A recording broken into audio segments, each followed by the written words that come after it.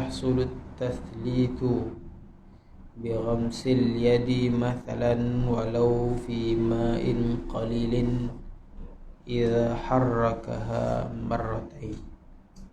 Dan hasillah at-tathlith, yakni mentiga, buat tiga-tiga. Sunat kita basuh tangan 3 kali. Hasil basuh ataupun hasil mentiga-tigakan itu dengan merendamkan tangan.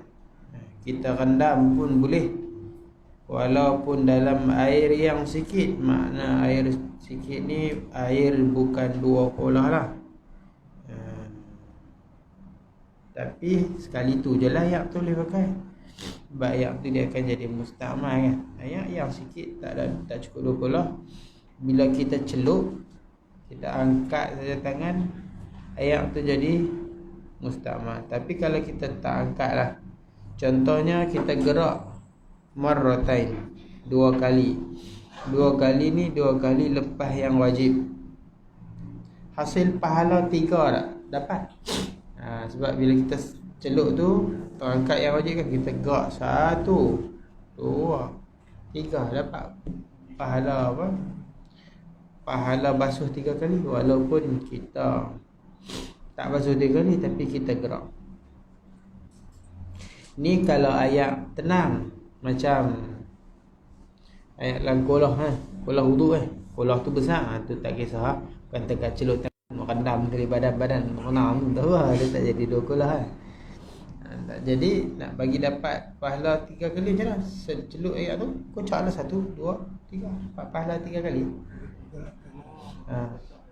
Kocak 1, 2, 3, dapat pahala basuh 3 kali, walaupun kita celup sekali. Kolah-kolah masjid tu kan, kalau orang bagi dah, tapi celup kolah masjid besar, orang tak kisah pun kita celup tangan jangan pergi pendam je, celup tangannya apa. Tu kalau ayak tak berjalan. Kalau ayak berjalan, cukup kita biarkan 3 perlarian air, 3 kali ayak tu berjalan. Macam ayak sungai ayak sungai bergerak, ataupun ayak paip tu bergerak tu kan, kita tak tu bagi ayak mengalir 3 kali laluan. Dia lalu sekali takdir lah kan, bukan ayak lalu sekali, memang ayak terus tak habis, tapi kita takdir dia lalu sekali lalu, lepas tu yang kedua lalu, yang ketiga lalu, kita tak ayak 3 kali, 1, 2, 3, dapat pahala 3. Walaupun kita celup sekali, tapi dapat pahala 3 lah. Sebab apa? Sebab ayak tu 3 kali. Macam paip tu kan, mula kita tadah, kita gosok dulu bagi dapat yang wajib, lepas tu kita biar ayak tu mengalir 3 kali, 1, 2, 3, ataupun 2 kali lah maknanya. Sebab pertama yang wajib dah selesai, 2 kali lagi lah, 1, 2, dapatlah pahala 3. Tak mesti kita mesti ambil 3 kali ayak. Kalau jenis ayak yang berlari, kita biar 3 kali lari. Tak payah ligan dia, biar adik dia lah. Yang tu tak berlari, kita kocak 3 kali. Dapatlah pahala basuhan 3 kali.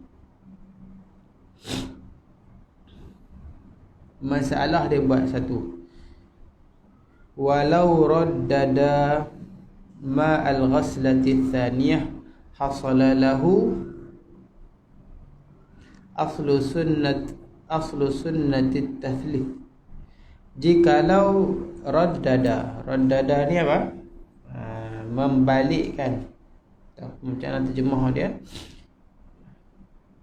Raddada ni mengembalikan, mengulangkan air basuhan yang kedua, yang kedua begitu.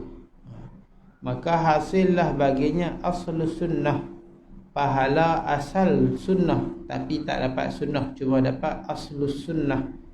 Dapat aslu sunnah at-taslis. Macam mana ni? Kita ambil ayak macam ni, kita celup macam tu kan, kita turun ayak tak mintik, kita tolak kunang tu lah, dia turun balik 2 ke tu lah, turun balik 3 kali. Kalau kita buat lagi tu lah. Kalau kita boleh bagi ayak tu mengalir 3 pi, macam mana boleh buat tu? Kita kalau lah kita kan, tolak tu ayak tak habis lagi, turun balik, tolak 3 kali. Sebab dia tak berpisah lagi dari tangan. Kan syarat nama musta'mal ayat tu berpisah dari tangan baru nama musta'mal. Sebab tu dia kata raddada. Bukan maksudnya ayat tu habis nitik ambil basuh. Tu tak jadi, tak boleh, tak jadi. Ni raddada, dia pimai-pimai. Dia pimai-pimai tang tu. Ya ini yang tang tu je. Dapat pahala 3 kali tak? Dapat pahala 3 kali tak? Ini khilaf lah. Ini khilaf. Katanya dapat asal sunnah, aslu sunnah. Dia ada beza sunnah, dia ada beza aslu sunnah. Yang sunnah dia akan sebut aslu sunnah. Aslu sunnah ni dia dapatlah pahala sunnah tapi bukan yang sunnah. Contohnya macam mana? Contohnya begini bagi faham. Sunnatnya kita bersiwak dengan apa? Kita bersiwak dengan kayu siwak. Kayu siwak, kayu zaitun, kayu kita sebut martabat tu lah. Kalau kita habis-habis tak ada. Ada. Dapat pahala. Tak dapat pahala. Kita buat macam mana? Ambil kain ni. Dapat pahala aslu sunnah. Hak sunnah bukan Nabi buat pakai kain. Nabi bukan buat pakai kain, tapi dia menepati syarat sunnah. Maka kita buat dapat pahala aslu sunnah. Pahala bersugi tu dapat lah, tapi bukan sunnah dia macam tu. Tapi dapat juga walaupun kita kata dapat lah juga. Sebab apa? Sebab dia menepati syarat dia. Aslu sunnah dia dapat pahala asal sunnah. Ada banyak kita kalau fiqh kita akan jumpa aslu sunnah ni istilah dah. Istilah dalam fiqh. Aslu sunnah dia panggil. Dapat asal sunnah. Yang sunnahnya ambil ayat 3 kali cebok lah. 1 basuh, 2 basuh, 3 kali. Main ayat yang sama pimai. Kalau celup lain, celup tu ayat dia dah banyak. Kita kocok 3 kali itu ayat dia banyak. Ni bukan ayat banyak. Ayat yang di tangan kita tu sendiri. Duk pimai. Aku nak. Kalau ayat sebotol itu duk mengalir itu tak apa. Ini ayat yang di tangan kita tu, kita tolak habis bawah ni, tu kita konak turun bawah ni, tu kita konak sekali. Kita buat lagu tu dapat pahala tak? Dapat aslu sunnah. Dia tak mengikut sunnah, tapi pahala 3 kali tu dapat lah. Menepati lagu 3 kali. Tapi ini dia kata kama istadharahu syekhuna. Seperti mana yang telah menuntut zahir lah oleh syekhuna. Syekhuna ni Syekh Ibn Hajar Al-Haytami lah. Sebab Syekh Malibari ni anak Syekh Ibn Hajar. Di mana Syekh Ibn Hajar sebut ni? Kalau di dalam Tuhfah, kata dalam Hasyiah, dalam Tuhfah Syekh Ibn Hajar hanya bukan istizhar. Syekh Ibn Hajar hanya mailu, cenderung. Kecenderungan Syekh Ibn Hajar ada menyebutlah. Syekh Ibn Hajar kata dapat asal sunnah. Mungkin kata kama istazharuhu ni di kitab-kitab yang lain. Syekh Ibn Hajar ada banyak karangan. Dan ni anak murid dia, jadi anak murid dia kenal lah siapa tu guru dia. Mungkin ketika mana dia mengajar, Syekh Ibn Hajar sebut kan. Jadi apa pendapat ini dinukilkan oleh anak murid Syekh Ibn Hajar sendiri. Dia kata Syekh Ibn Hajar guru dia kata dapat pahala asal sunnah. Tapi ada sebahagian ulama macam Imam Romli, Syekh Khatib Syarbini, dia kata tak dapat. Tak dapat. Dia kata ayat yang sama di tangan yang sama. Duduk di sini, dia duduk pimai. Tak dia kata tak dapat.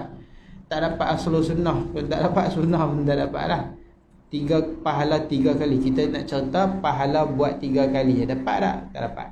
Buat macam tu tak kira 3, kira 1 je.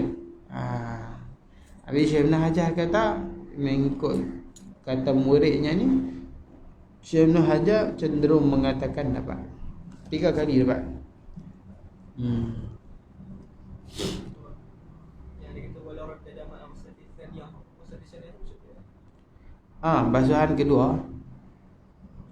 Basuhan kedua. Wajib air basuhan kedua. Pimai itulah. Dia boleh sebab di sini dia kata ghaslatus saniyah. Mana di dalam syarah dia?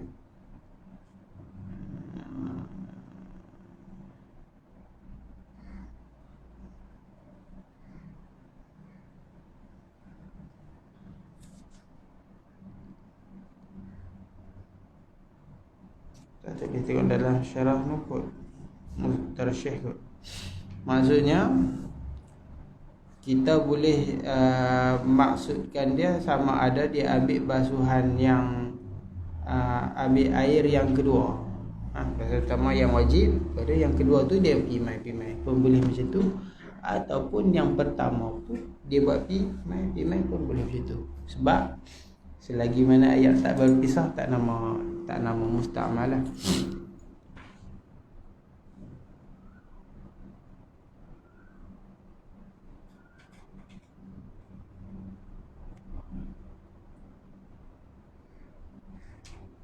Sebab di dalam, kalau tengok di dalam Hasyiah I'anah kan, dia kata raddada ma'ul ula.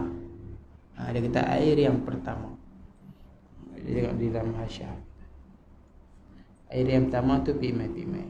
Boleh juga air yang kedua lah, tak ada masalah lah. Air sebab selagi mana tak cukup 3, guna ayat yang pertama kah, guna ayat kedua dia buat pimai kah, sama lah, dapat pahala buat 3 kali. Kalau Syekh Ibn Hajar kata dengan buat macam tu dapat pahala 3 kali, ada yang kata tak dapat. Sebab makruh, kita kurang daripada 3, hukumnya makruh. Habis kemudian dia kata wala yujzi, dan tidak hasil atau tidak memadai tathlithu udwin qabla itmami wajibi ghaslihi wala ba'da tamamil wudu'. 3 kali tu macam mana? Dia kata tak aci, dia kata kalau mentigakan anggota sebelum sempurna yang wajib. Dia kena sempurna yang wajib, barulah boleh kira yang kedua dan yang ketiga. Kalau yang wajib tu tak sempurna, 10 kali basuh pun kira 1. Contoh dia apa? Nak mudah faham dia macam ni. Ambil ayat juruh sini dulu, separuh, kira 1 lagi, tak lagi sebab tak habis. Ambil yang kedua, basuh separuh lagi. Ketiga, basuh lagi. Keempat, basuh lagi. Kelima, baru sampai habis. Jadi 5 kali basuhan tu kira berapa? Baru 1. Tak boleh kira lagi basuhan kedua. Basuhan kedua datang setelah sempurna kita basuh semua. Buat apa basuh situ? Tak, ni hanya nak bagi faham. Contohnya begini, kita basuh sekali habis, basuh kedua habis, elok nak basuh ketiga, tengok ada bahagian yang tak kena ayat. Contohnya apa? Kena ada cat ke, ada apa ke, sisir ikan ke, ada gam getah ke, kita pun buang. Maknanya kena lagi tang ni tadi? Tak kena. Jadi kita pun basuh yang ketiga. Kira 3 kali tak? Tak ada kali, apa 1 lah. Sebab baru sempurna yang wajib tu. Walaupun kita dah basuh 3 kali. Bila dah sempurna yang wajib, okey, basuh lain lah, 2, 3. Jelas? Kita sisi ikan tadi. Kalau dah selesai, sembahyang. Wala sisi ikan. Ada kata okey. Sisi ikan tu kalau menghalang ayam tak boleh lah. Kalau tak menghalang tak apa. Ni kita cerita dia melekat yang tak tercabut kan. Baik. Ada ihtimal tak sisi ikan kena setelah wudu? Kalau ada ihtimal, pakai yang lepas wudu. Lepas kita wudu tu, kita jalan ikut dapur ke apa, tapak kaki tempat kita jejak, kita tak tahu kita jejak tak mana. Boleh jadi kena kot celah-celah kita pun tak tahu. Ni dipanggil ihtimal. Ihtimal ni boleh jadi ya, boleh jadi tak. Kita ihtimal boleh tak? Boleh tak kita jejak terkena? Kita kata, dia kena lepas wudu ni. Okey, selesai dah. Tak perlu bayar lagi.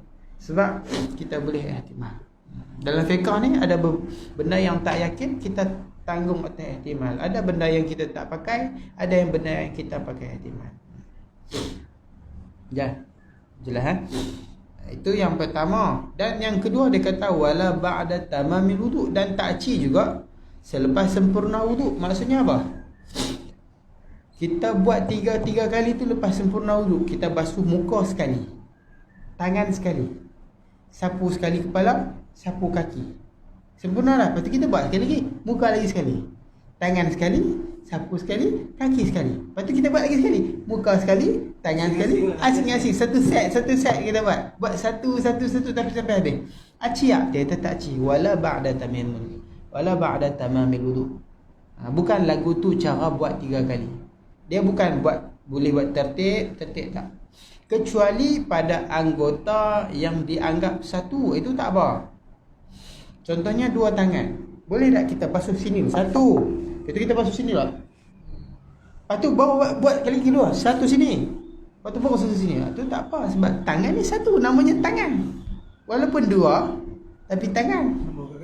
Sama juga kaki. Si telinga memang serentak. Begitu juga mulut dan hidung. Mulut dan hidung kan ada berapa kaifiat kita sebut tu, ada 6 cara kan. Boleh tak kita buat mulut dulu 3 kali? Mulut 1 2 3. Lepas tu hidung 1 2 3, boleh tak? Boleh kan? Dapat 3. Boleh tak? Mulut hidung, mulut hidung, mulut hidung, boleh? Boleh. Tu kata tak boleh buat jenis tertib-tertib je tu, tak boleh. Tapi ni dikira macam satu. Jadi boleh buat mulut hidung, lepas tu ulang lagi. Mulut hidung, lepas tu ulang lagi. Mulut hidung, boleh. Untuk seluruh anggota ni tak boleh lah. Sebab apa? Kepala lain, tangan lain, ni lain, kaki lain. Maka tak boleh buat kepala, tangan, kaki, tak boleh. Dia kena buat 3 kali di kepala betul-betul, 3 kali di tangan, 3 kali kepala ni, 3 kali di kaki. Kecuali pada anggota yang kita kira dianggap satu. Macam 2 kaki, bolehlah buat kanan dan kiri, ulang. Kanan dan kiri, ulang. Kanan dan kiri, boleh. Tangan ni, kanan kiri, ulang. Tangan kiri, okay. Mulut boleh. Mulut hidung, ulang. Mulut hidung, ulang. Mulut hidung. Nak ulang wuduk, muka, tangan, kepala, kaki, ulang. Muka, tangan, kepala, kaki, ulang. Muka tak boleh buat itu, tak boleh. Macam telinga, sekolah tu sebab satu gampai.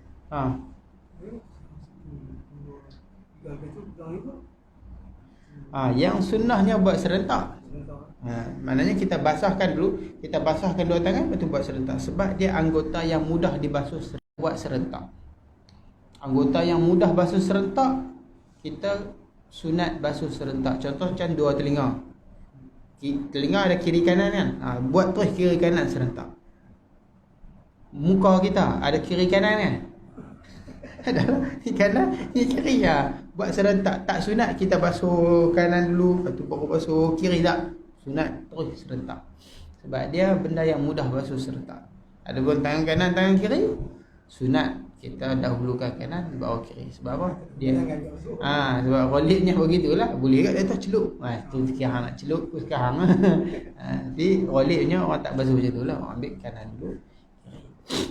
Jenis dia jenis basuh, bukan serentak.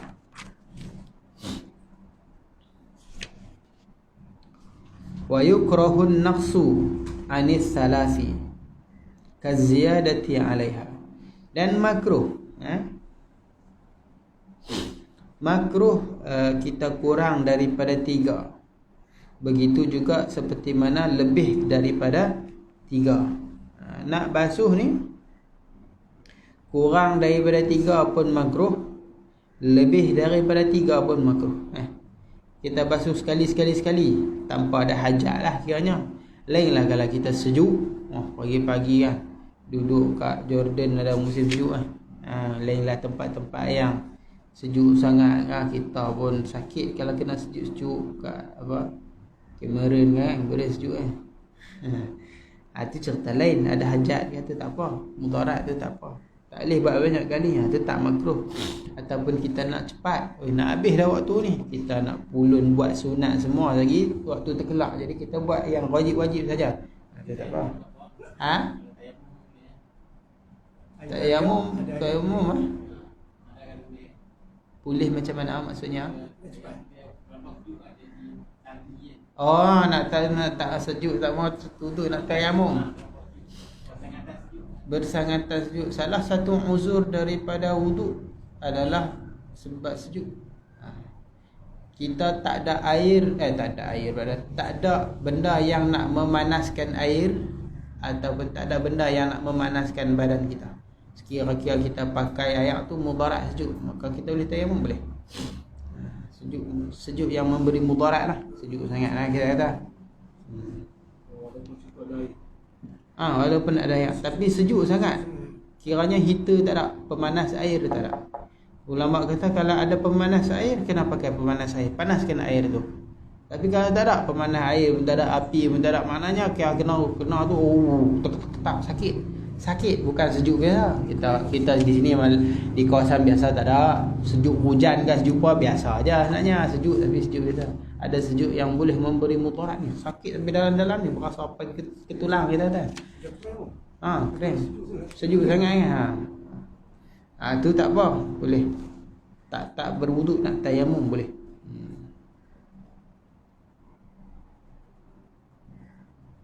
Contoh macam tempat yang bersaji tu sejuk tu. Tu memang sejuk tu. Ada tempat-tempat yang tu depa 24 jam apa sepanjang tahun sejuk kutuk-kutuk tu. Kalau tempat macam ada panas sejuk, orang yang biasa dengan saat panas saat sejuk kena sejuk sangat dia tak boleh kan. Boleh patah ni telinga ni kalau kena terus. Yang tu tak apa boleh. Tu memang boleh sampai jadi macam tu memang boleh. Ada cerita katanya kita tak duduk tempat salji, katanya orang duduk di tempat-tempat salji ni kalau depa habis wuduk depa lap terus. Habis wuduk lap terus. Takut air tu dia cepat kering. Dia jadi keras. Dia jadi dia sakit. Mereka sakit. Jadi sampai ke tahap mudarat ataupun sakit ni boleh tayamum. Tu dalam bab apa? Bab tayamum ada sebut lah. Ni kita Fathul Mu'in tak sampai lagi bab tayamum. Nabi pernah wuduk sekali, pernah wuduk 2 kali. Itu dipanggil libayanil jawaz. Nak menerangkan benda tu boleh. Boleh nak buat 2 kali boleh, sekali boleh. Tapi yang sunnahnya buatlah 3 kali. Orang yang suka buat sunnah ni Nabi Tuhan suka kan? Dalam satu hadis Qudsi ngaji dalam Arba'in Nawawi, dalam Sahih Bukhari Muslim ada, dalam Arba'in Nawawi pun ada. Tuhan kata sentiasalah hamba-Ku mendekati diriku dengan buat benda sunat-sunat. Sehinggalah aku cinta kepada dia, sehinggalah pendengaran dia jadi pendengaran dia, aku ni menjadi pendengaran dia, aku ni menjadi penglihatan dia, aku ni menjadi tangan kaki dia. Itu kata Tuhan. Dan siapa yang memusuhi dia, maka aku mengizinkan berperang dengan dia. Itulah satu hadis ni. Jadi kekasih Allah ni adalah orang yang sangat suka buat benda sunat-sunat ni. Nak jadi kekasih Allah tapi malas nak buat benda sunat. Jangan malah kan. Rajin buat benda-benda sunat ni. Ada fadail amal buat. Ada orang yang anti buat benda-benda sunat ni. Tak mau. Saya buat dia tak hadis tak kuat, hadis dhaif dan sebagainya. Tak suka melarang orang jadi kekasih Allah. Padahal nak jadi kekasih Allah tu kena rajin buat benda sunat. Nak hadis-hadis buat benda sunat sebahagian daripada hadis sahih, tapi ada sebahagian besarnya daripada hadis dhaif. Ini makruh. Ini makruh. Tinggal 3 makruh. Lebih pun makruh. Tak ada hajat-hajat apa kan. Dia sunat dah air berwuduk ni dengan air yang sedikit. Nabi wuduk pakai sikit tak banyak. Kalau kita pakai pipe tu, kita janganlah buka kuat. Kita buka sikit je lah. Kalau kolah tak apalah. Kolah memang yang duduk dalam tu tak lari mana dengan cedok dengan ni. Tapi kalau kita buka pipe tu, kita buka pelan je lah. Sebab salah satu sunnahnya tidak membazir menggunakan air. Nabi berwuduk sikit je. Kita kata satu ni je. Tak banyak pakai. Satu cebok pun dah cukup untuk berwuduk. Banyak tu kan. Nabi guna kurang daripada tu.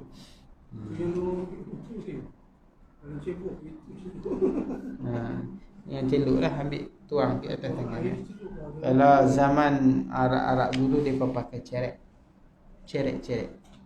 Saya duduk di sebelah sana, masuk dalam tandas, kita pakai cebok kan, dalam tandas. Mereka letak lagu cerek dari mau dia jauh. Zaman lama-lama pakai cerek. Cerek aja nak betul kau kata nya buka paip bulan cerek lah tapi tak buka paip bulan cerek. Tapi asal cerek tu memang dah biasa sana. Sampai cerek lah depa buat cerek plastik lah untuk masuk tak dah pakai cerek plastik. Tapi bentuk cerek lah. Depa dah biasa dengan benda macam tu, depa kekal sampai tu kan. Oh, kita susah hati masa mula masuk cerek lagu mana nak tu.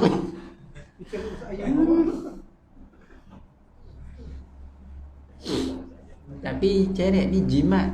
Kalau cebok bro, kita bro macam tu kan. Cerek ni dia keluar hak muncung tu.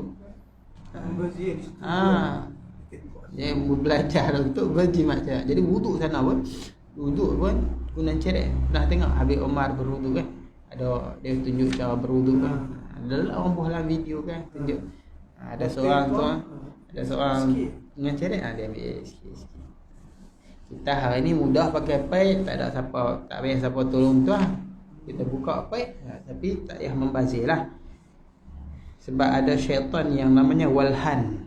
Dia ni suka bagi was-was kepada orang mayang, pada orang wuduk. Kerja dia ni special. Dia punya kerja dia satu yang tu je. Tugasan dia dulu pun ambil kursus PhD, bak nak kacau bak nak kacau orang mayang, bak nak kacau orang wuduk, nak bagi was-was. Dia memang hebat babak ni. Walhan dia. Dia ada orang was-was dah basuh. Ini kita panggil was-was syaitan. Ramai orang ibadah sebelum menuntut ilmu maka dia rosak. Kata Rabi' bin Khuzaim, dia seorang tabi'in, anak murid daripada Abdullah bin Mas'ud, dia kata tafaqquh thumma i'tazil. Ada bunyi tafaqquh thumma i'tazil. Tafaqquh dulu, ngaji dulu, tuntut ilmu dulu, bagi cerdik pandai dulu hukum hakam, kemudian thumma i'tazil. Kemudian hang pilah uzlah duduk seorang-seorang tak apa. Nak beruzlah, nak beribadah, kita kata tak mahu duduk dengan orang, nak uzlah seorang boleh. Ilmu tak ada. Tapi kena tuntut ilmu dulu. Itu Rabi' bin Khuzaim dia kata tafaqquh thumma i'tazil.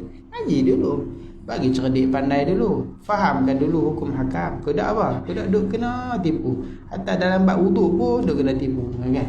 Dia duk was-was.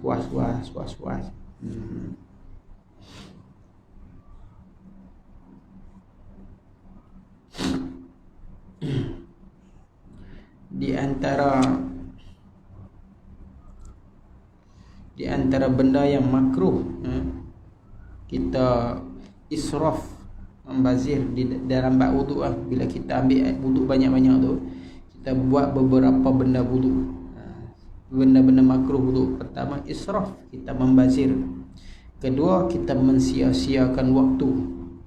Basuh 3-4 kali, 6 kali 6. Itu mensia-siakan waktu yang tidak ada nilai. Kita buat benda yang tak ada nilaian di secara. Buat benda makruh bukan ibadah. Dan juga hatinya jadi tak tenang. Sebab orang was-was ni hati dia tak stabil, tak tenang. Dan juga dia buat benda yang dilarang. Dilarang kita buat lebih-lebih daripada 3 ni. Tapi syaitan duk bisik dia tahan ni buat ibadah hang wuduk paling elok sekali. Orang lain cincai-cincai hang buat paling elok. Itu dipanggil tipu daya syaitan.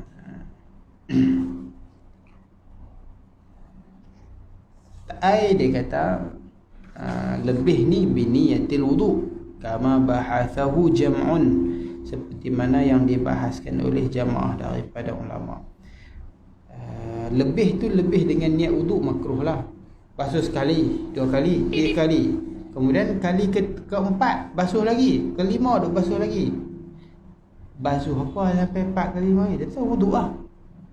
Itu hukumnya makruh. Tapi kalau dia kata basuh 4 kali, tak puas, tak sejuk dia tahu, nak bagi sejuk sikit, tu tak makruh. Itu bukan dia nak buat ibadah. Sebab yang syarak suruh 3, memandai tambah 4 tu benda. Kalau nak jadikan 4, 5 ni sebagai wuduk juga, itu hukumnya makruh. Sebab wuduk Nabi sampai 3 je. Tapi kalau dia nak basuh sampai 5-10 kali pun dia pasal apa? Bukannya nak berwuduk ni, lebih-lebih ni nak bagi putih sikit kulit ni, gosok-gosok banyak air putih, ataupun nak bagi sejuk, bukan kerana wuduk, tak apa. Itu tak makruh. Macam kita nak mandi sampai sejam tu. Sebab apa? Kita itu bukan ibadah pun. Kalau bukan ibadah ikut suka nak macam apa. Nak mandi, nak menyelam, nak lanjang apa itu. Sekali lagi mana kita tak melanggar hukum tu, tak ada masalah lah. Tapi kalau niat ibadah, kena ikut cara ibadah yang ditetapkan. Wa tahrumu min ma'in mawquf ala at-tatahhur. Wa tahrum, dan haram hukumnya min, haram apa? Haram basuh lebih ni, basuh 4 kali, 6 kali, 7 kali ni. Min ma'in mawqufin ala at-tatahhur, daripada air yang diwakafkan untuk bersuci.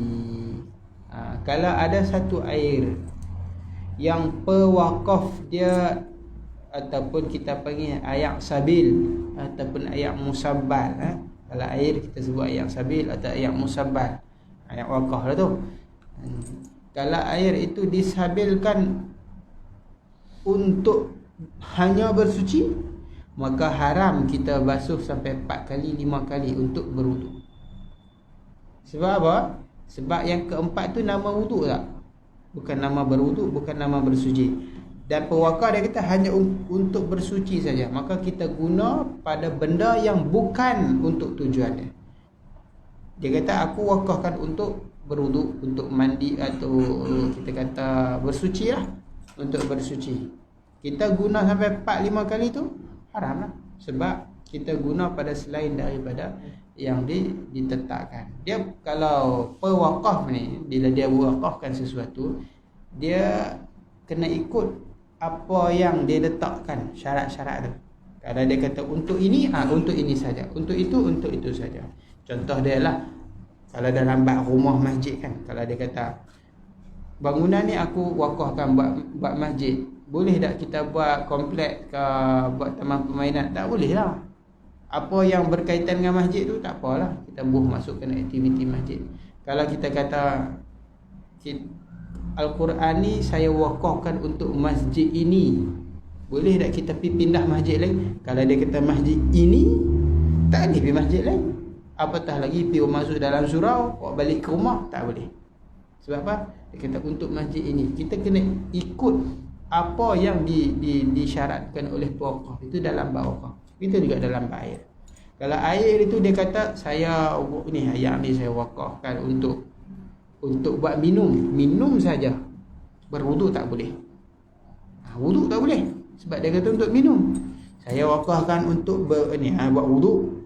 Wuduk saja. Minum tak boleh. Balik rumah tak boleh. Kalau dia kata wakaf tak apa ni, saya wakafkan untuk masjid, untuk kegunaan. Yang ni tak apa. Hak haram ni apa? Hak haram kalau dia wakaf untuk bersuci. Kalau wakaf am tu tak apa. Kalau wakaf am tu tak apalah, hukumnya makruh.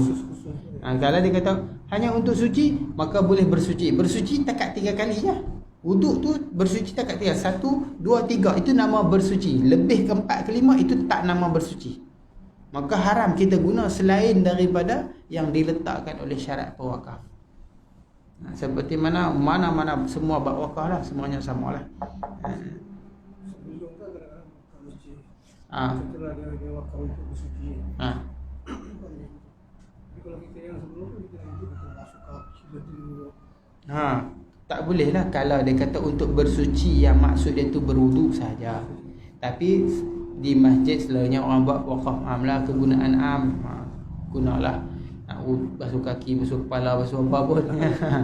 Dia wakafkan untuk kegunaan. Susahlah. Mungkin kita zaman sekarang ni kita kata ayak tak susah mudah. Jadi orang bagi kegunaan selalunya am lah. Kalau sebelah-sebelah negara Arab dulu-dulunya payah kan, depa bukan ada paip, depa cedok lah depa. Jadi untuk satu-satu tempat tu mungkin depa satu timbal untuk macam ayak kat rumah Nuri kan, ayak untuk buat basuh tangan. Dia ambil tuan rumah kan, ayak buat basuh tangan. Kan kena ikat ada tangan. Jangan kita pergi mandi nang tu. Kan mak umai nak buka baju pun bagi mandi anak nang tu. Tak rumah tengok semacam tadi. Dia kata aku bagi basuh tangan hamba buat mandi. Nak mandi apa kat tua rumah ni anak ayah panas nak mandi. Hari dia bagilah apa air dia.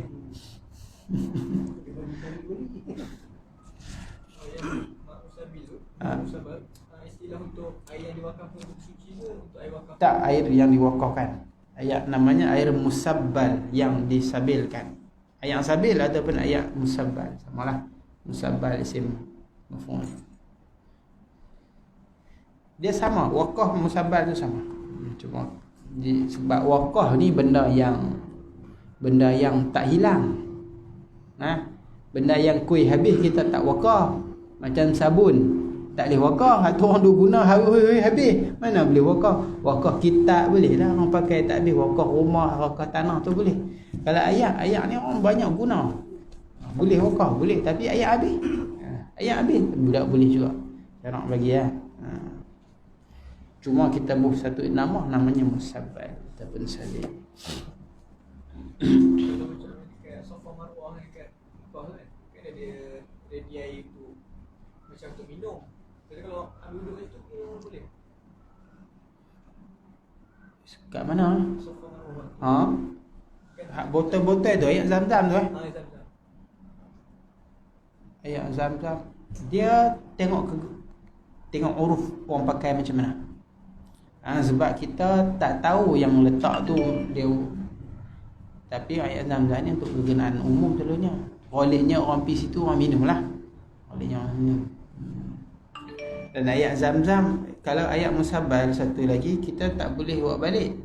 Kecuali adat macam tu tak ada masalah. Orang pun duk biasa bawa balik, orang pun tak kata apa. Tu boleh.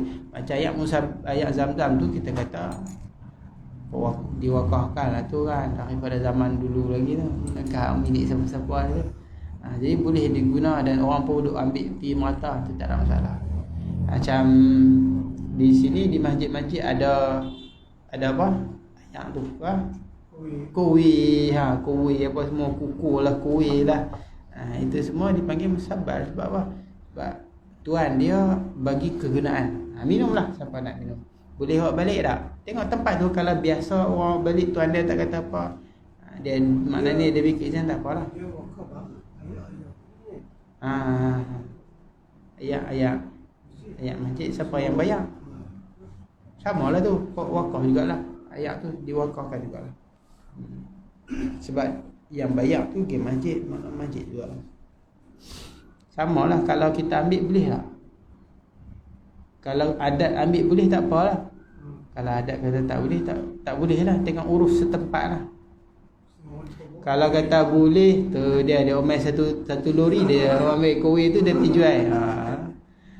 Kan dia tengok semacam ni agak-agak ni. Ayat masjid dia tak boleh pakai, dia pergi semompai tarik main seluar rumah. Ayat masjid tak apa boleh pakai. Bukan macam tu. Dah. Dia tengok ke uruf lah guna macam mana. Kalau orang tu bagi tak apalah. Kalau suruh guna di situ saja tak boleh.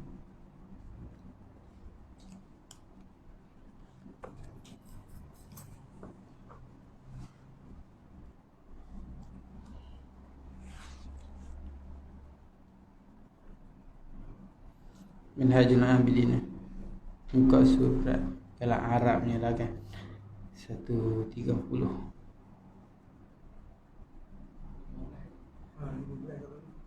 Tak jauh apa 15. Kesimpulannya lah. Okay. Kesimpulannya cuma ada hak sebahagian terjemah tak serupa sangat kan. Macam Rumi ni dia berlari banyak, dia buat terjemahan secara ambil kesimpulan semua tu dia buat sangat. Baik. Katanya wala tahulluhul hawadithu wal afat.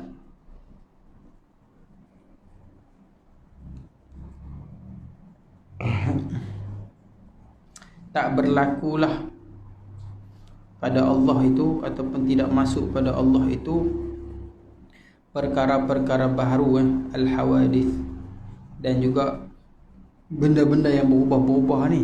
Al-hawadith ni benda baru, benda berubah tak masuk. Wal afat, dan juga benda yang tak layak bagi Allah yang menyebabkan kebinasaan ni. Itu sifat-sifat Allah lah. Tak masuk pada ini baca dah nah. Wa nazartu di situ wa nazartu fi mu'jizatir rasul sallallahu alaihi wa alihi wasallam. Kalau kamu, jikalau menilik aku, wa nazartu boleh, wa nazartu boleh, nak baca wa nazarta pun boleh. Jikalau engkau tilik ataupun jikalau aku tilik pada mukjizat Rasul, ini akidah kita sallallahu alaihi wasallam, wa ayatihi, dan tanda-tandanya, wa a'lami nubuwatihi, dan juga tanda kenabiannya. A'lam ni tanda jugalah maknanya. Alim tu ataupun alim tak annahu Rasulullah sallallahu alaihi wasallam aminu wa aminuhu ala wahyi. Maka kita percaya bahawa Rasul itu adalah Rasulullah, adalah pesuruh Allah. Dia adalah pesuruh Allah sallallahu alaihi wasallam. Wa aminuhu, dan kepercayaan Allah ala wahyihi, di atas wahyu yang diberi. Jadi Nabi ni, kalau kita tilik pada mukjizat, kita tilik pada tanda-tanda kenabian, kita akan mengaku bahawa Nabi ini Rasulullah. Ada orang hari ni yang dia tak percaya, dia tak percaya. Sebab apa? Ada juga orang kata, kan, saya pernah dengar satu soalan, bukan soalan kat kita lah, soalan kat orang lain lah. Kita pernah dengar, bila banyak ada diskusi perbincangan tentang Islam ni, ada orang yang bukan Islam, dia tanya, dia kata, macam mana orang Islam pada zaman dulu lah dan sehingga zaman sekarang boleh percaya kepada Muhammad, katanya, sedangkan dia berbohong. Macam mana Muhammad berbohong? Katanya, dia kata pada peristiwa Isra' Mi'raj, Nabi Muhammad ni pergi ke Baitul Maqdis dalam masa satu malam dan pulang pada satu malam, sedangkan pada zaman tu orang nak pergi 1 bulan saja baru sampai. Macam mana dia boleh pergi satu malam saja dan kembali, dan orang percaya cakap dia? Macam mana kamu boleh percaya? Sedangkan dia berbohong. Itu kata orang yang i'tirad dengan tu. Maka itulah yang dikatakan mukjizat. Itulah yang dikatakan mukjizat. Wa nazarta fi mu'jizatihi. Baca kisah tu sampai habis. Baca kisah Isra' Mi'raj sampai habis. Apabila kita tengok mukjizat Nabi pada zaman Nabi, ketika mana peristiwa tu berlaku, kena baca bagi habis. Tak ada siapa boleh memungkiri bahawa Nabi pi. Kesimpulan peristiwa Isra' tu, di akhirnya puak musyrikin Mekah, masa mula-mula Abu Jahal kan seronok sebab dia dapat 1 poin nak perkenal Nabi. Dia panggil habis puak-puak Quraisy, dia kata, "Meh tengok ni, Muhammad nipu lah. Muhammad nak cerita apa ke hampa?" Katanya pergi ke Baitul Maqdis, pulang. Habis pakat tak percaya. Ada yang imannya taradud, ada yang murtad, bagai-bagai. Tapi apabila dia tanya Nabi, tanya, kata, tapi Nabi boleh jawab semua. Nabi boleh cerita macam mana Baitul Maqdis. Kemudian Nabi cerita peristiwa Nabi bertemu dengan kabilah-kabilah di dalam perjalanan. Bahkan Nabi boleh bagi tahu bahawa kabilah-kabilah ni akan sampai di Mekah pada hari Rabu sekian-sekian. Masa mereka tunggu, bila kabilah sampai, mereka tanya pula kat kabilah ni, "Betul ke hampa ada hilang unta seekor? Hampa ada unta yang bawa barang bagian-bagian? Hampa ada minuman yang hilang dan bagian-bagian?" Mereka kata, ya. Macam mana hampa boleh tahu? Tahu Nabi Muhammad bagi tahu sebelum tu. Ada benda apa lagi yang mereka boleh kata Nabi bohong? Tak ada. Orang musyrikin semua tu tak boleh nak tolak apa-apa.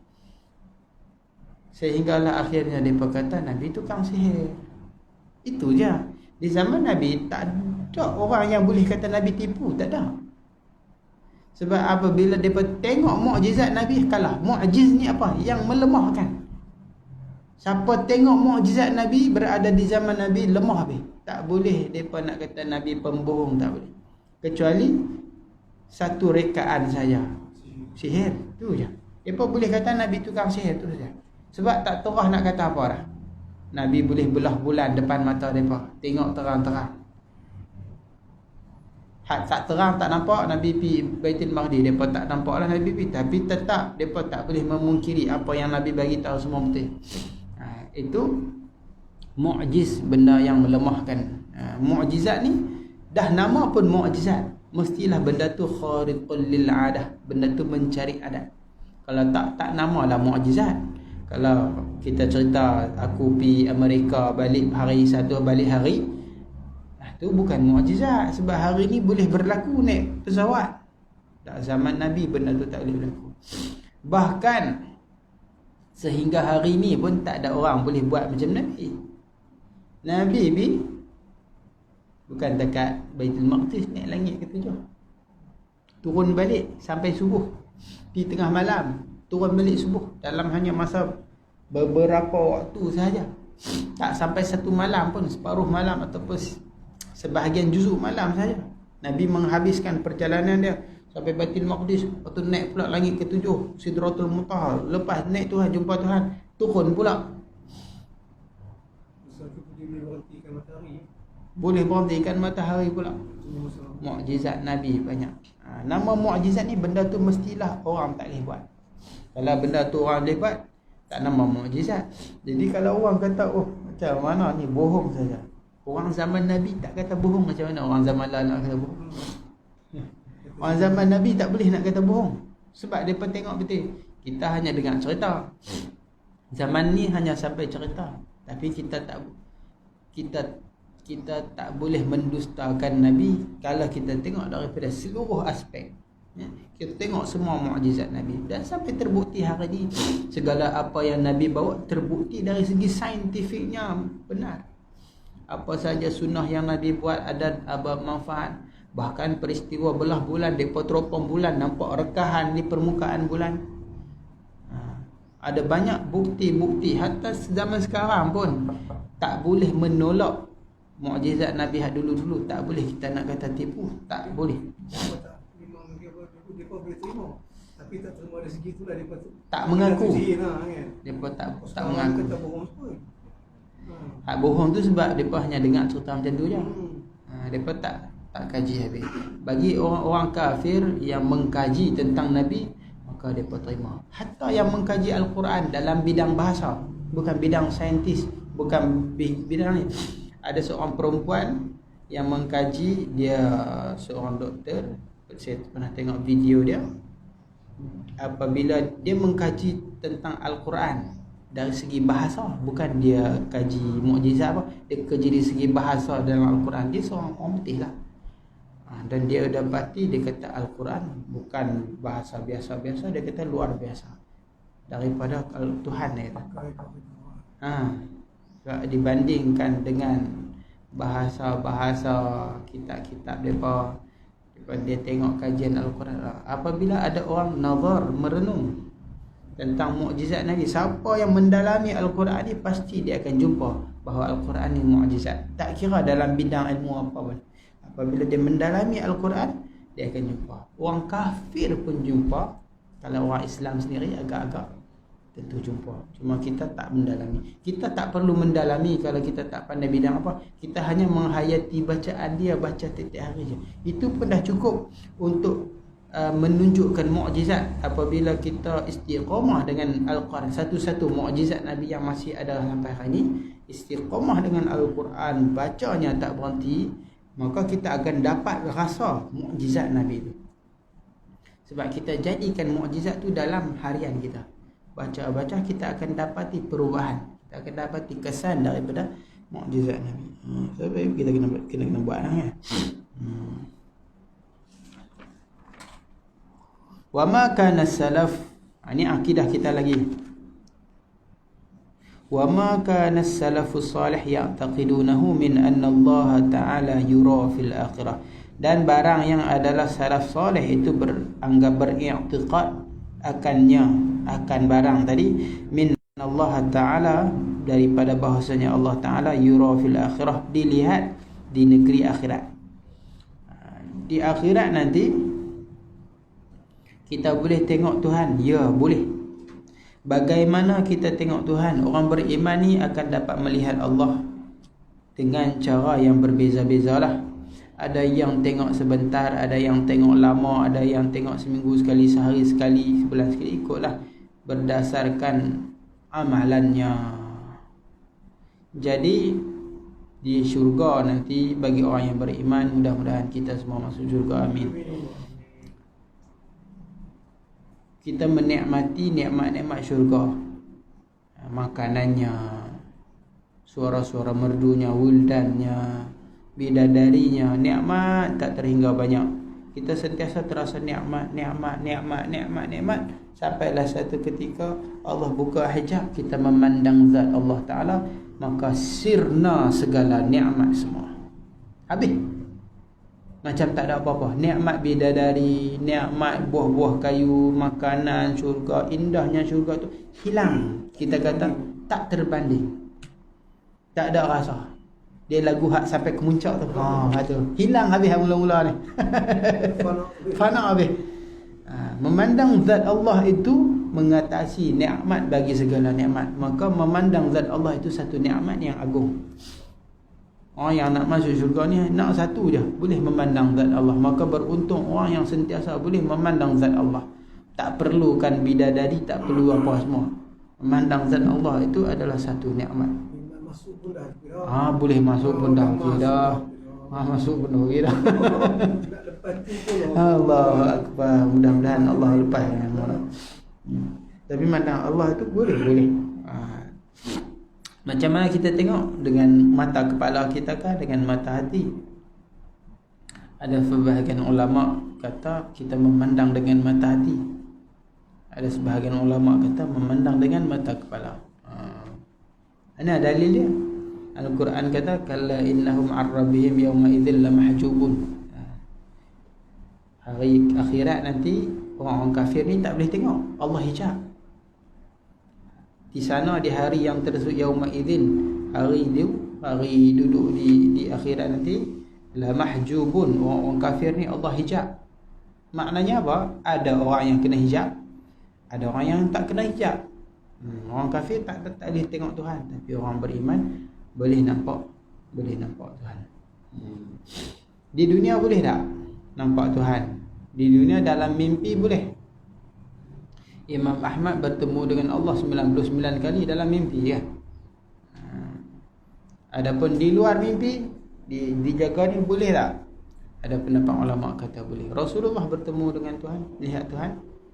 Naik malam Isra' dan Mi'raj, Nabi tak dalam keadaan jaga dan juga masih hidup. Boleh. Adakah khusus kepada hanya Nabi kita seorang? Nabi lain tak dapat? Khilaf ulama. Ada yang kata Nabi lain pun boleh. Cuma tidak ada warid yang mengatakan Nabi-Nabi lain tengok, tak. Nabi Musa minta nak tengok pun tak dapat.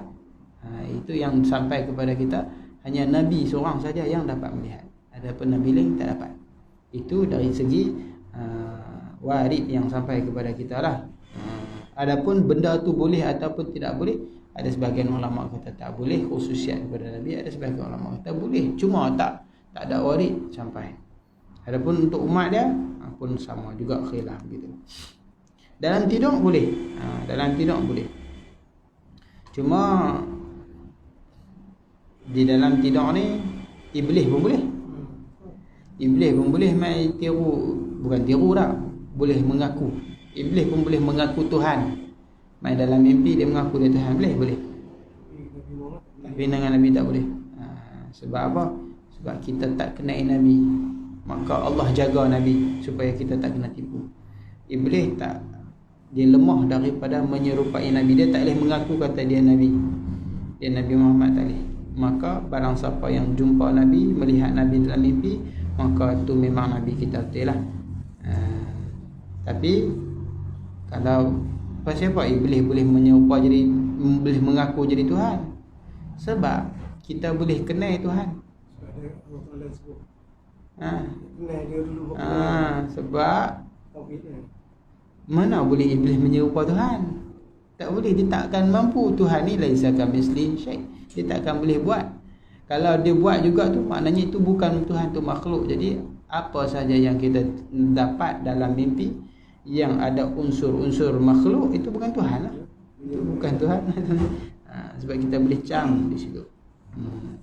Adapun di akhirat boleh. Wa annahu mawjudun wa laysa fi jihatin mahdudah. Dan Allah ini ada, bukanlah pada jihah-jihah yang tertentu. Allah ni ada. Jihah ni kita dah sebut pada pengajian yang dulu. Kenapa ada jihah? Jihah ni amrun i'tibari, benda yang kita i'tibar saja. Bukannya ada pun tak, ada dalam kepala kita saja. Tapi Tuhan ada. Bahkan kewujudan Allah ini dipanggil wujud yang zati, wujud yang sebenar-benar wujud, bukannya wujud kerana sesuatu. Wujud yang hakiki, wujud yang zati. Kewujudan kita bukan kewujudan yang zati. Kewujudan kita ni ada kerana Allah bagi jadi baru kita wujud. Sebab itulah sebahagian ulama-ulama sufi, dia tak memandang pada kewujudan selain daripada kewujudan Allah. Dia kata hak lain tak ada. Sebab apa? Sebab kita bukan wujud yang hakiki. Macam mana bukan wujud dan hakiki? Pasal apa kita ada? Pasal Allah bagi ada. Kalau Allah tak bagi ada, kita tak ada. Pasal apa Allah ada? Bukan ada pasal-pasal apa. Tak ada pasal apa. Allah memang ada. Allah ada, bukan dijadikan. Tak ada siapa menjadikannya. Maka kewujudan Allah tu sebenar-benar wujud. Kewujudan kita ni ada sebab. Maka benda yang wujud dengan sebab ni, dia tak dipandang. Sebab dia bukan betul pun wujud dia. Macam bayang-bayang. Kenapa ada bayang-bayang? Sebab ada kita. Kalau tak ada kita, bayang-bayang tak ada. Maka ada siapa nak memandang kepada bayang-bayang? Tak ada. Sebab dia hanya bayang-bayang. Orang memandang diri kita, orang tak memandang bayang-bayang kita. Sebab yang sebenar wujud kita. Bayang-bayang tu bukannya sebenar pun kewujudan dia. Dia hanya ada kerana kita ada. Orang tak pandang pun baik. Segaknya bayang-bayang, bentuk bayang-bayang sadu. Kita tak tengok pada bayang-bayang. Orang tengok pada kewujudan diri kita. Orang tak tengok pada kewujudan bayang-bayang. Padahal dia ada juga. Ada. Tu kita nampak bayang. Tapi orang tak pandang. Sebab kewujudan dia tu bukan hak hakiki. Dia kerana sesuatu. Oleh kerana itu ulama-ulama sufi ni dia tak pandang. Bahkan sebahagiannya dia karam di situ. Wahdatul wujud dia panggil kan. Dia mengesahkan kewujudan tu sehinggalah fana, sehinggalah terkeluar pada mulut dia perkataan-perkataan yang ada takwilan dia, yang ditegah oleh syarak. Contoh dia ada sebahagian sufi dia kata anallah, aku Tuhan, aku Allah. Ada sebahagian kata ma fi jubbati illallah, dalam jubah aku ada Allah. Bukan dia mengaku dia Tuhan, bukan dia kata dalam jubah dia ada Tuhan. Tak, bukan itu yang dimaksud. Tetapi maksudnya yang tadilah. Dia karam, tenggelam di dalam dia fana. Dia tak nampak hal lain wujud, sehingga kan kewujudan dia sendiri pun tak nampak. Sehingga kan dia kata dia mengaku dia Allah. Dari segi zahir syariatnya dia salah lah. Tapi ada takwilan oleh ulama-ulama sufi pada diri mereka. Sebab itulah dari segi zahir mereka dihukum bunuh di dunia. Okay.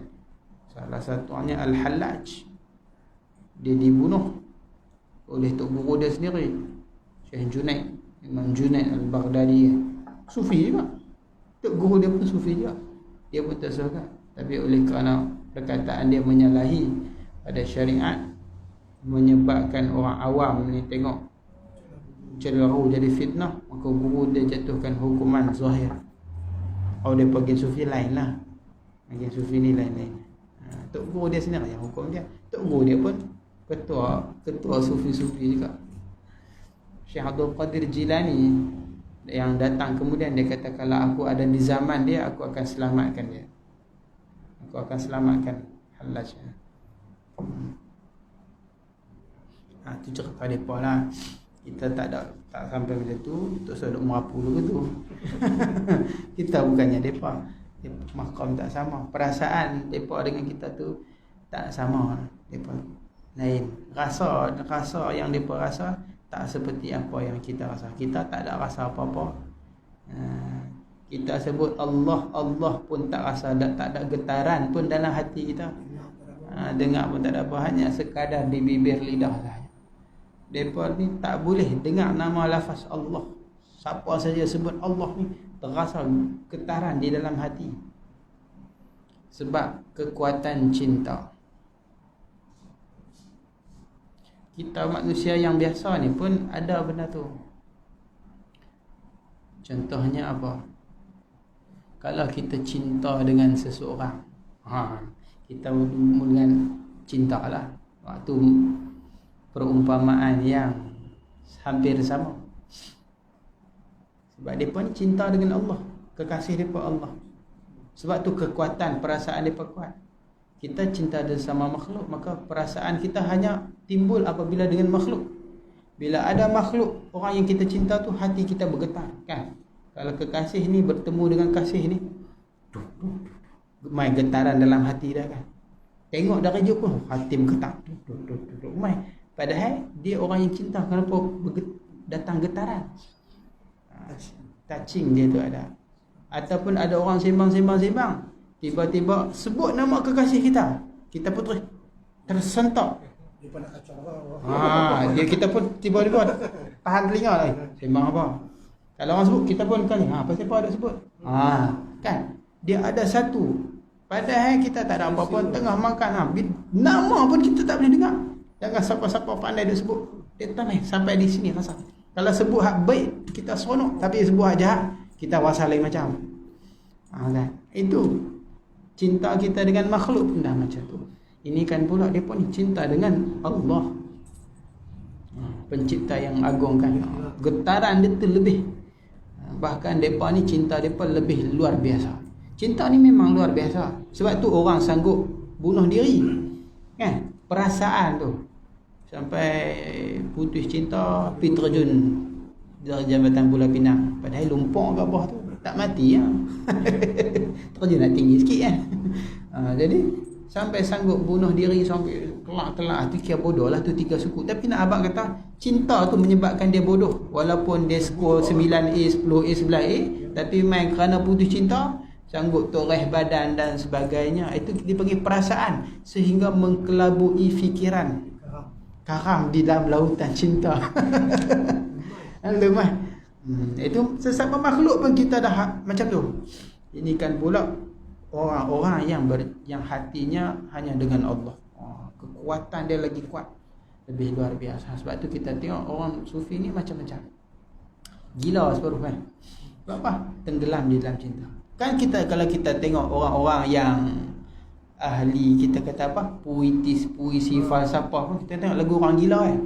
Sebab kecintaan dia tu duduk bersyair seorang-seorang, macam rambutnya mengerbang. Tak ada nak kemas diri sebab dia tenggelam di dalam kecintaan dia. Jadi lagu tu lah ceritanya orang dalam keadaan cinta. Ni cinta sufi ni lain. Lagu apa? Dhamma Sutra, kan? Sufi. Kalau orang yang tak tahu, tak tahu siapa dia yang cipta karang lagu tu, kan? Lirik tu kita tak tahu. Rocker tu bukannya ahli sufi, tapi siapa yang mungkin dia ni suka dengan ilmu tasawuf, maka dia buat. Dia suka memang. Dia dah. Tanya kawan tak tahu, dia kata ingatkan yang tu sufi tu nama perempuan, dia kata. Agama baru.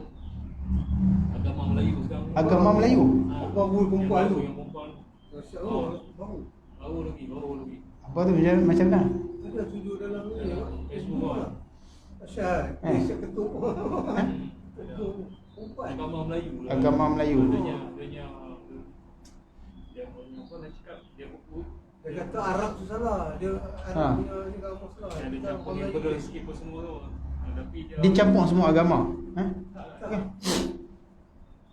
Dia lain macam sikit tu. Dia lain macam Wali Songo tu, dia yang ke-9 yang perempuan. Dia yang ke-9. Malaysia. Ada Malaysia. Ni perempuan tu, Malaysia. Kawan. Dia dapat wahyu lah tu daripada jin mana-mana kah? Dia dapat tengok apa, tengok Dia naga. ucap pun lain. Tu no. Kata dia agama Melayu.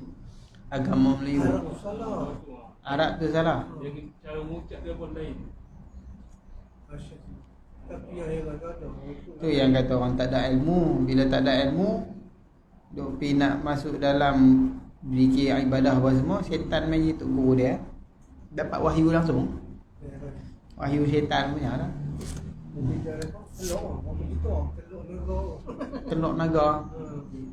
Dia ada sebab kan dia buat agama tu. Dia macam nak jual ada barang sekali. Nipu je. Lain daripada agama Islam ni, yang lain atas nama agama tu menipu je. Dia sebenarnya kalau kita tak payah fikir lagi ini kan. Ha. Kita tengok dia akal pun kita boleh dia ni memang tak payah.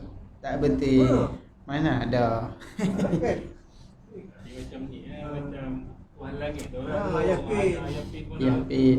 Yapin pun ambil ikat pak mentua dia juga kan. Hasan anak rimau. Dia Dulu Hasan anak rimau. Tak apa nak top sangat. Dia dapat ambil ijazah kat pak mentua dia. Tu dia buat dia punya lagi dahsyat. Ayah Pin. Tapi ada lagi. Ada lagi pengikut dia. Ada lagi banyak. Lagi mana tak mengaji lagi tu sesat je. Tak mau nak betul. Hidayah Allah kan. Wa annal kalamullah a'lam tislah. Wa annal Qur'anu kalamullah. Al-Quran adalah kalam Allah. Kalam yang tak berhuruf dan tak bersuara. Macam mana? Al-Quran itu qadim kan? Kalamun qadimun la yumallu sama'u. Itu syair. Kalam qadim yang tidak jemu-jemu kita mendengar. Al-Quran dipanggil kalam Allah yang qadim yang tak berhuruf suara. Tapi kita duk baca tu ada huruf suara. Al-Quran tu kan baru dicetakkan kah? Baru ditulis kan? Tu macam mana? Macam mana? Jawab. InsyaAllah nanti. Allah.